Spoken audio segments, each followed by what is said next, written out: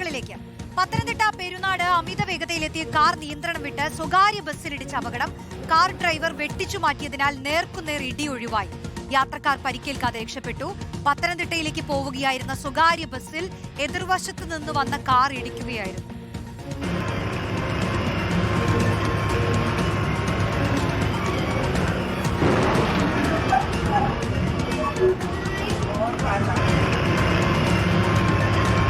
പ്രവീൺ പുരുഷോത്തമൻ ചേരുന്നു. പ്രവീൺ, പറയൂ.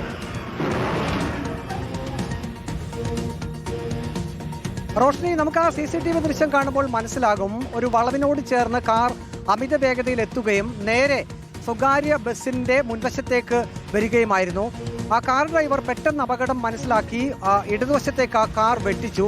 അങ്ങനെ ആ ബസിന്റെ മുൻവശത്ത് ഒരു വശത്ത് ഡ്രൈവറുടെ ക്യാബിന് താഴെ മുൻവശത്തെ ടയറിന് സമീപമാണ് ഈ കാറിന്റെ മുൻവശം ഇടിച്ചത്. അതുകൊണ്ടാണ് ഒരു വലിയ അപകടം ഒഴിവായത്. ഇത് പത്തനംതിട്ട പെരുന്നാടിന് സമീപം മാടമൺ എന്ന സ്ഥലത്ത് വെച്ചാണ് ഈ അപകടം നടന്നത്. ബസിന്റെ ഉള്ളിൽ സ്ഥാപിച്ചിരുന്ന CCTV ദൃശ്യങ്ങളാണ് ഇപ്പോൾ കാണുന്നത്. പത്തനംതിട്ടയിലേക്ക് പോവുകയായിരുന്നു ഈ സ്വകാര്യ ബസ്. നമ്മൾ ഡ്രൈവറോട് സംസാരിച്ചിരുന്നു. ഡ്രൈവർ പറഞ്ഞത് തനിക്ക് ഒന്നും ചെയ്യാൻ കഴിയുമായിരുന്നില്ല എന്നുള്ളതാണ്. കാരണം ദൂരെ നിന്നും ഈ വാഹനം കാർ വരുന്നത് ഡ്രൈവർ കണ്ടിരുന്നു. തേർഡ് ഗിയറിലാണ് ഈ വാഹനം ബസ് പോയിക്കൊണ്ടിരുന്നത്. ഒരു ബസ് സ്റ്റോപ്പിൽ നിന്ന് ആളെ കയറ്റി തേർഡ് ഗിയർ ആയതേ ഉള്ളായിരുന്നു. ആ സമയത്താണ് എതിർവശത്ത് നിന്നും ഒരു കാർ വരുന്നത് കണ്ടത്.